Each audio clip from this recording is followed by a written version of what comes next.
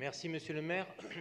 Le groupe écologiste s'associe bien sûr à ce vœu, d'autant plus que une nouvelle ville a été confinée, c'est celle de Wenzhou, et qu'une bonne partie de la communauté chinoise présente en France vient de la région du Wenzhou. Donc il ne faut vraiment pas que la panique s'empare des populations et que tout justement des attitudes irrationnelles contaminent avec des effets de peur, parce que comme l'a très bien dit mon voisin, ce qui explique l'annulation des fêtes chinoises en France, ce n'était pas un risque de contamination, mais bien sûr c'était donc un soutien par rapport à leurs familles dans le pays qui sont isolées. Donc ça c'est l'élément important qu'il faut dire. Deuxième élément quand même aussi, là je serai un peu désaccord avec mon voisin aussi, par contre c'est la question, il faut être prudent.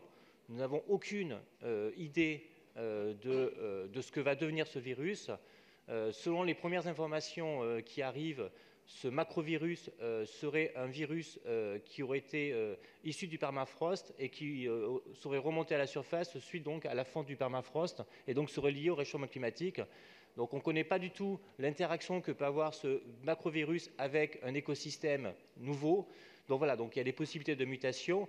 À ce stade, donc, il semblerait que le taux de mortalité est faible, mais n'empêche, il faut être prudent par rapport au devenir de ce virus.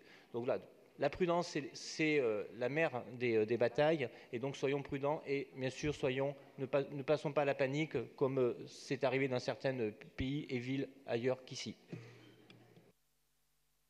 Merci Jérôme Glaise.